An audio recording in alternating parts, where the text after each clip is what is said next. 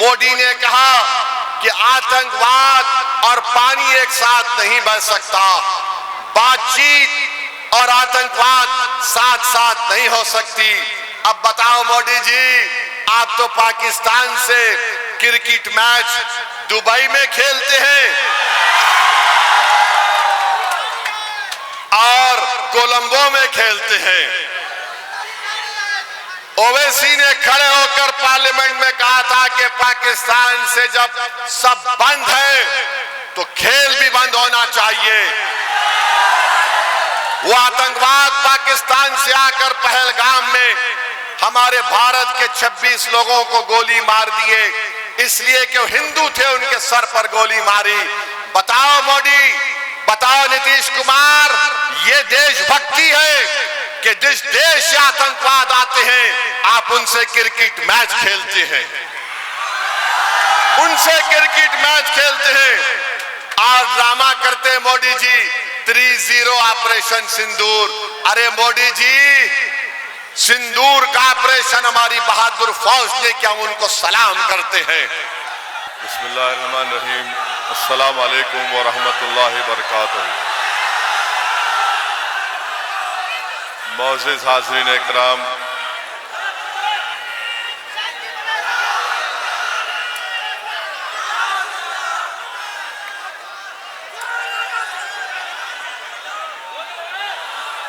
मोअज़्ज़िज़ हाज़रीन इकराम, बुजुर्गान कौम और मिल्लत, मेरी इज़्ज़तदार माँ और बहनों, गयूर नौजवान साथियों,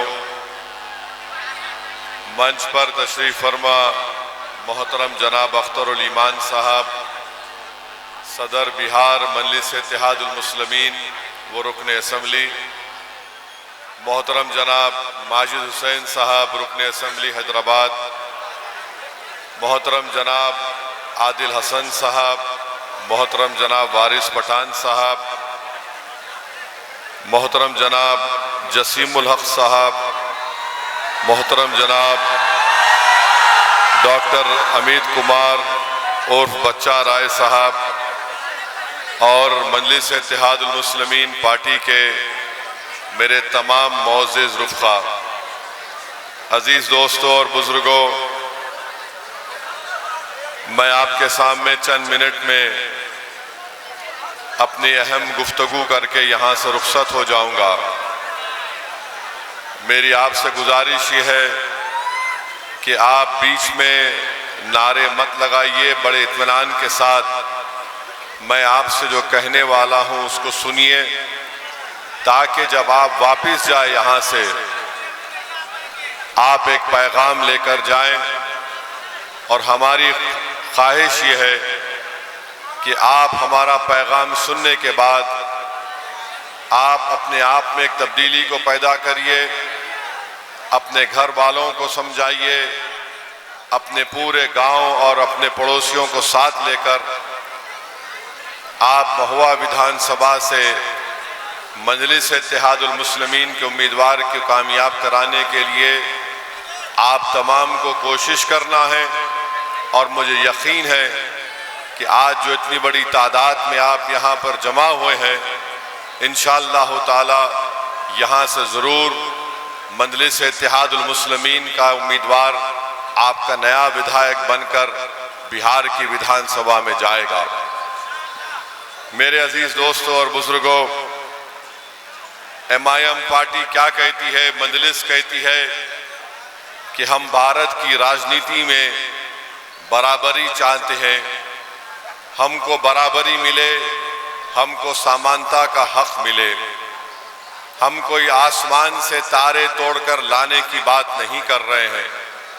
हम ये कह रहे हैं कि भारत के संविधान की दफ़ा 14 बराबरी की, मसावात की, समानता की बात करती है।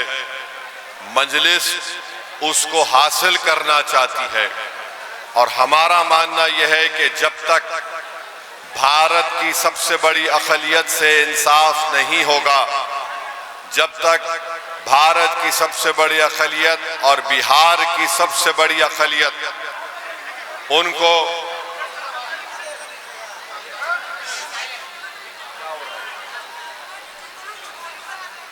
उनको अपना सियासी हक नहीं मिलेगा, हम इंसाफ नहीं कर पाएंगे। ये लड़ाई मजलिस की इंसाफ की लड़ाई है।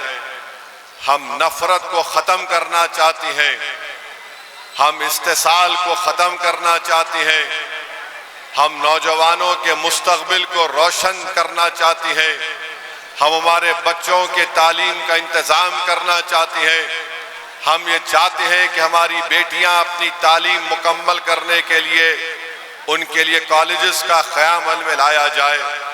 और हम आपको ये पैगाम दे रहे हैं कि जो भारतीय जनता पार्टी और नीतीश कुमार जो सियासत कर रहे हैं वो नफरत की सियासत है, वो अक़लियतों को दबाने की सियासत कर रहे हैं, हमको दूसरे दर्जे का शहरी बनाने की कोशिश कर रहे हैं। वो हमारे मजहबी मुकामात को एक वफ़ के काले कानून के ज़रिए से हमको उससे महरूम करने की कोशिशें कर रहे हैं। दूसरी तरफ आपके सामने है कि एक इंडिया अलायंस है जिसकी सबसे बड़ी पार्टी राजद है।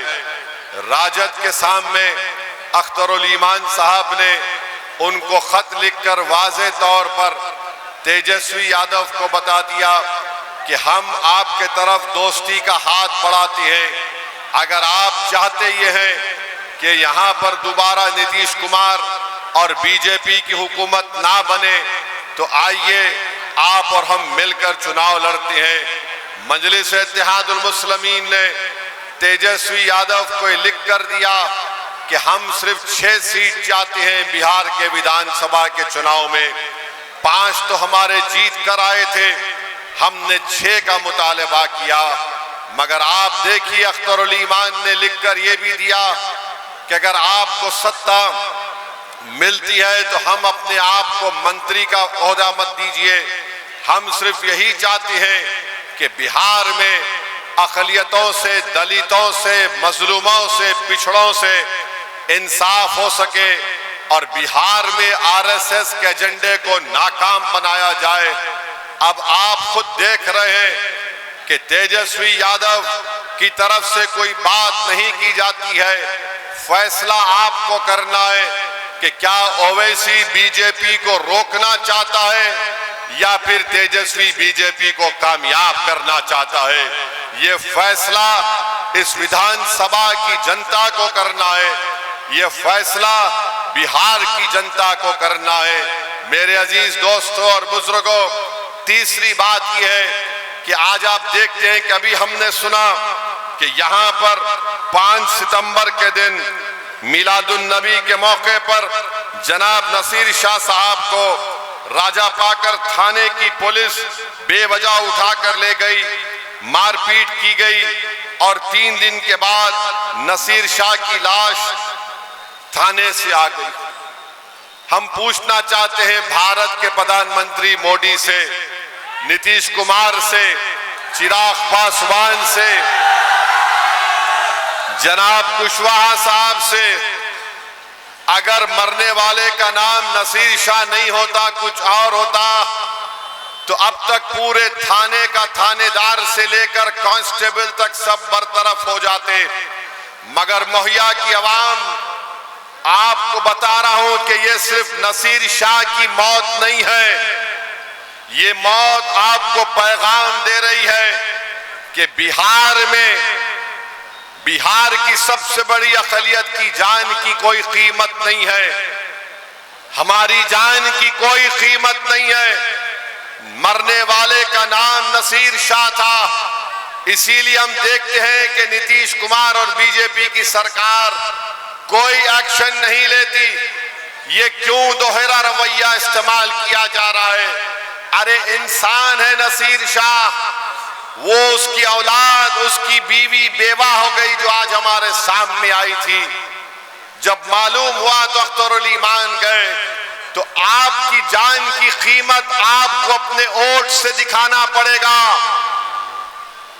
आपको अपनी जान की कीमत अपने वोट से दिखाना पड़ेगा।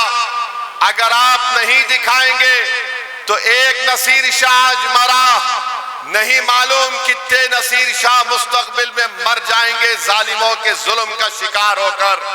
और हम बताना चाह रहे हैं कि पुलिस ले जाकर नसीर शाह को 3 दिन पुलिस स्टेशन में रखकर मारती है। आप बहादुर नहीं हैं, आप हिजड़े हैं, मुकन्निस हैं। कैसा आपने गरीब को उठाकर, कैसा आपने गरीब को अपने कस्टडी में रखकर उसकी मौत हो गई।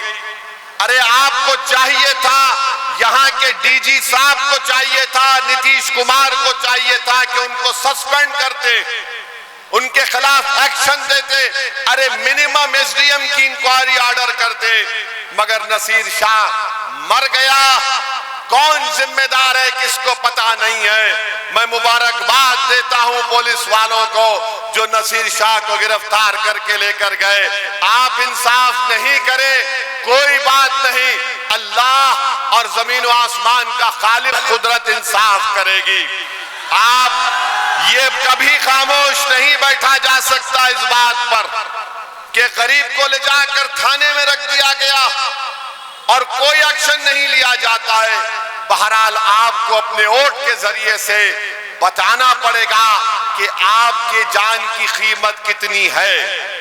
आप अगर नसीर शाह के साथ हैं, आप नसीर शाह के साथ हैं, आप नसीर शाह की मौत को मौत मानते हैं, आप मानते हैं कि नसीर शाह को मारकर पीटकर उसको खत्म कर दिया गया, तो फिर आपको भारत की लोकशाही में संविधान इस बात की इजाजत देता है कि आप जब अपना वोट डालने जाएंगे तो याद रखिए नसीर शाह की बेवा आपके सामने थी, वो इंसाफ के लिए पुकार रही है।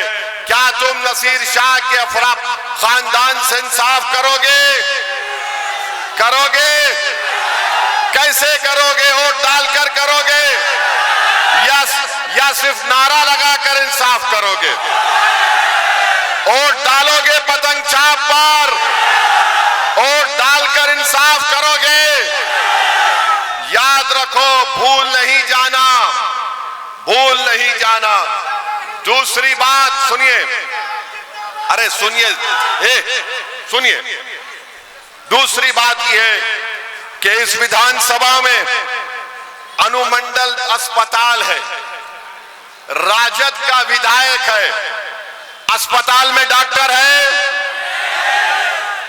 दवाखाना सिर्फ दिखाने के लिए है, दवाखाने में कोई इंस्ट्रूमेंट है, तो दवाखाने में अगर डॉक्टर नहीं है तो आपको मतदान के दिन आपको डॉक्टर बनकर एक नाकाम विधायक का इलाज करना है। कैसे करेंगे?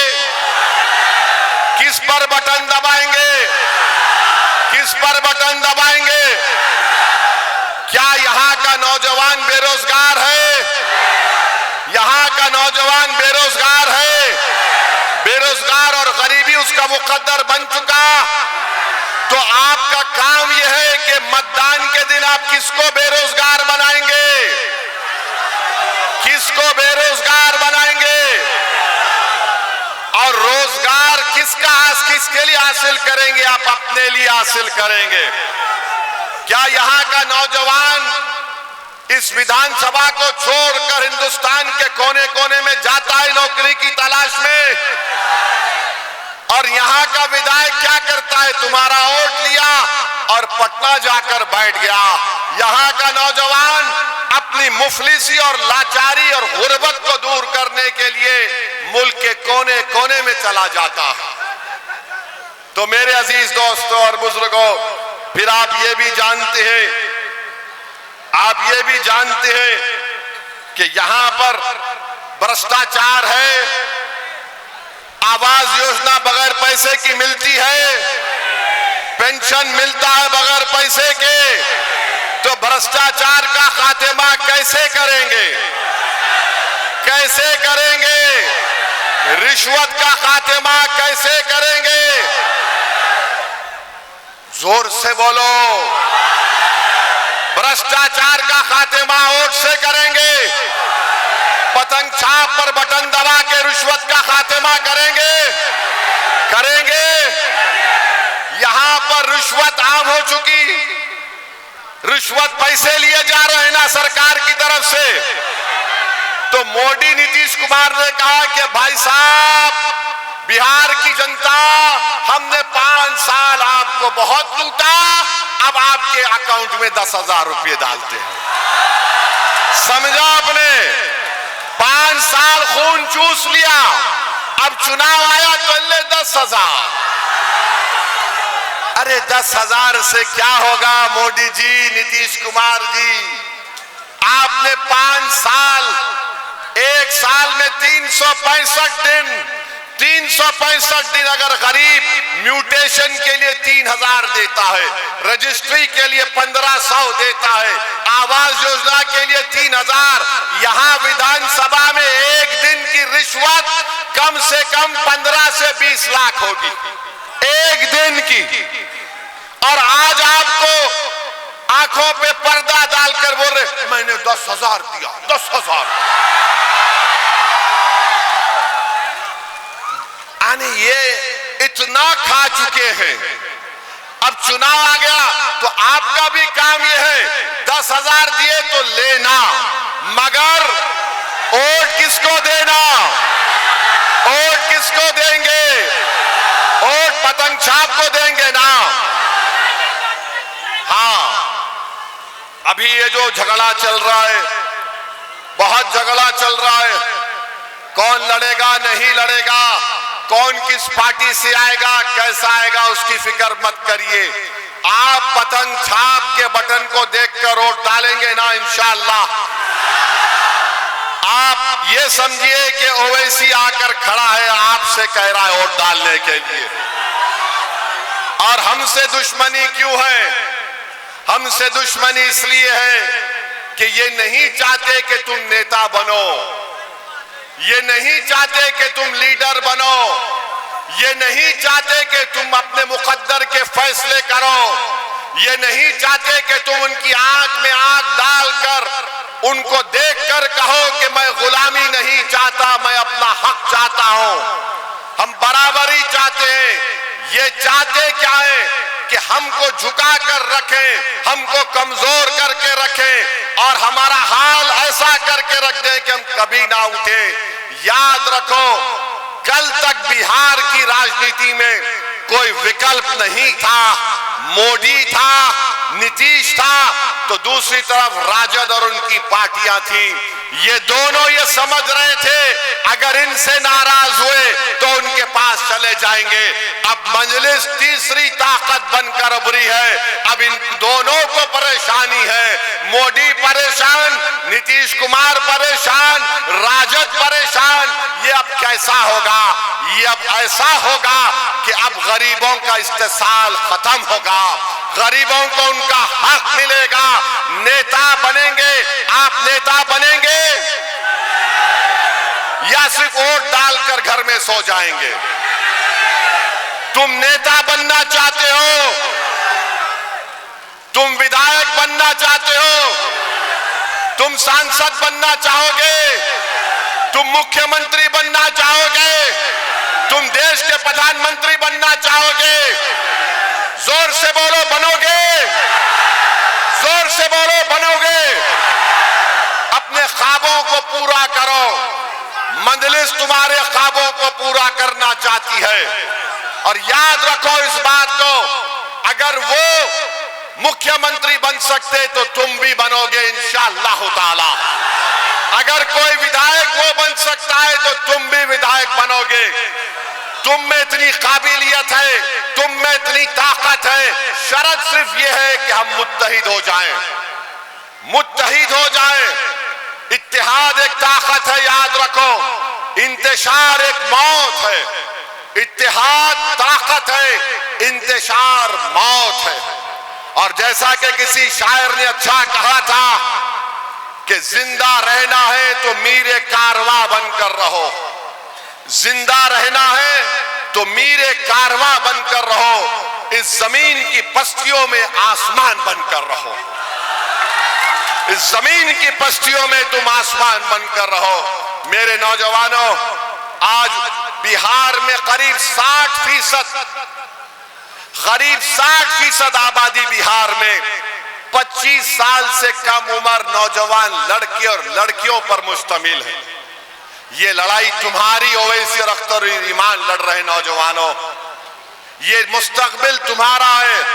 हम अपने बुजुर्गों से अपील कर रहे हैं कि आप जब वोट डालने जाएंगे तो अपनी औलाद की तरफ अपने महल्ले के नौजवानों के चेहरों को देखो, इनके हाल को देखो, इनकी बेरोजगारी को देखो, तुम्हारे घर की गुर्बत को देखो, तुम्हारे उन बच्चियों के ख्वाबों को कौन पूरा करेगा जो पढ़ना चाहती है, तुम्हारे उन नौजवानों को जो तुम्हारा घर छोड़कर हिंदुस्तान के कोने कोने में चले जाते हैं।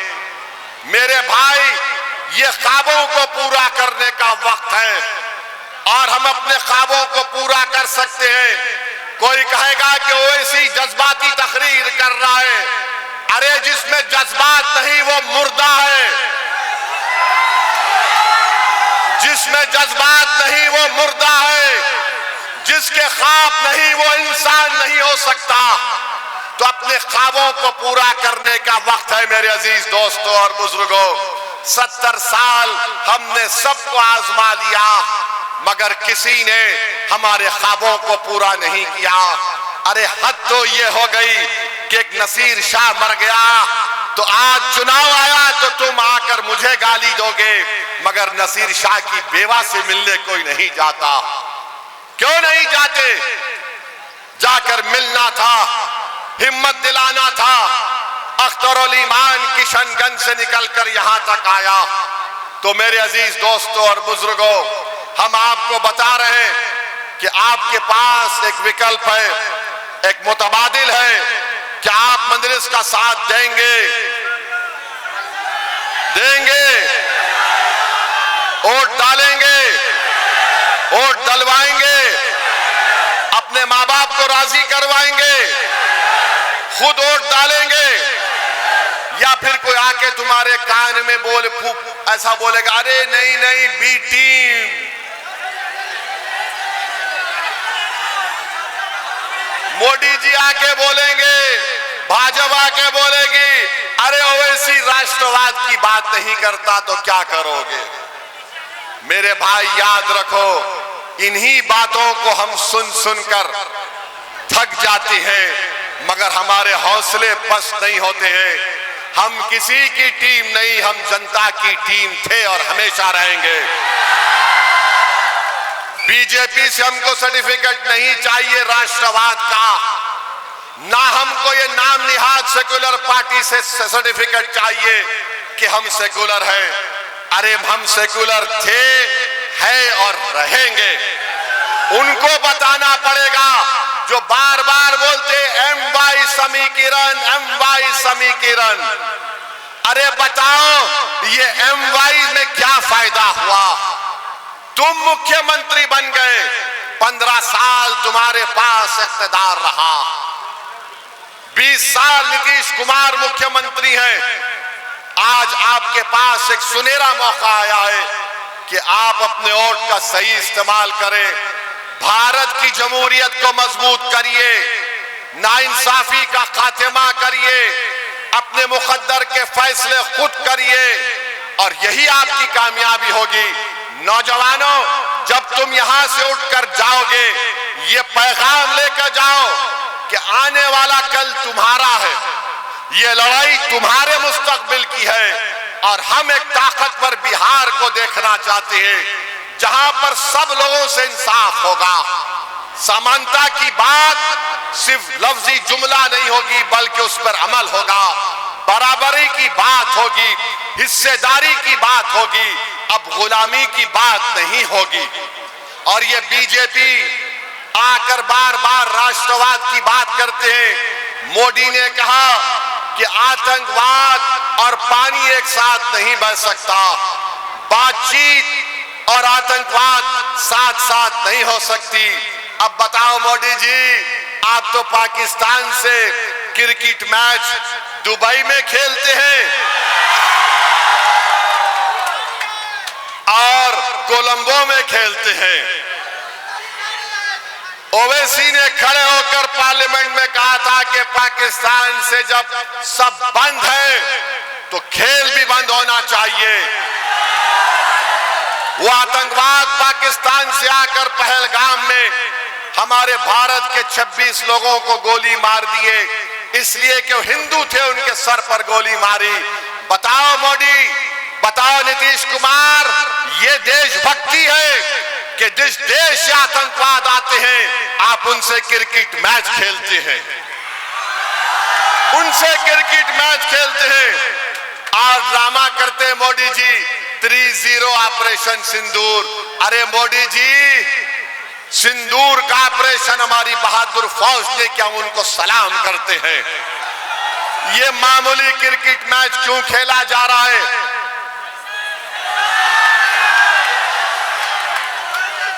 किसके लिए खेला जा रहा है? किसके लिए खेला जा रहा है?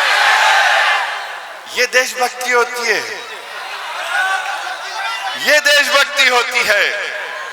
नहीं नहीं, ये बाइलैटरल, मल्टीलैटरल, अरे भाड़ में जाए बाइलैटरल, मल्टीलैटरल। अच्छा, ये मोदी जी 7,000 रुपये दिए। अरे जो सैलाब आता है, जमीन कटती है, कुछ इंतजाम किया नहीं।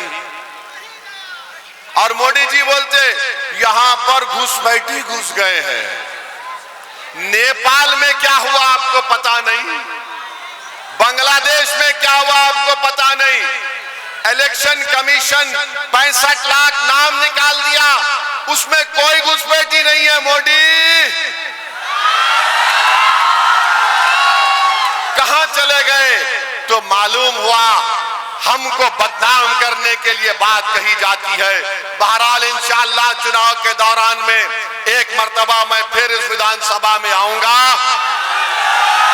और आपसे फिर से अपील करूंगा कि अपने इत्तेहाद की ताकत और कुव्वत पर मजलिस पार्टी के उम्मीदवार को कामयाब करिए। आपका बहुत बहुत शुक्रिया कि आप यहां पर आए, आपने इस जलसे को कामयाब किया। पतंग छाप जिंदाबाद, पतंग छाप, पतंग छाप, पतंग छाप। हमारा इत्तेहाद, हमारा इत्तेहाद, हमारा इत्तेहाद। सलाम अलैकुम।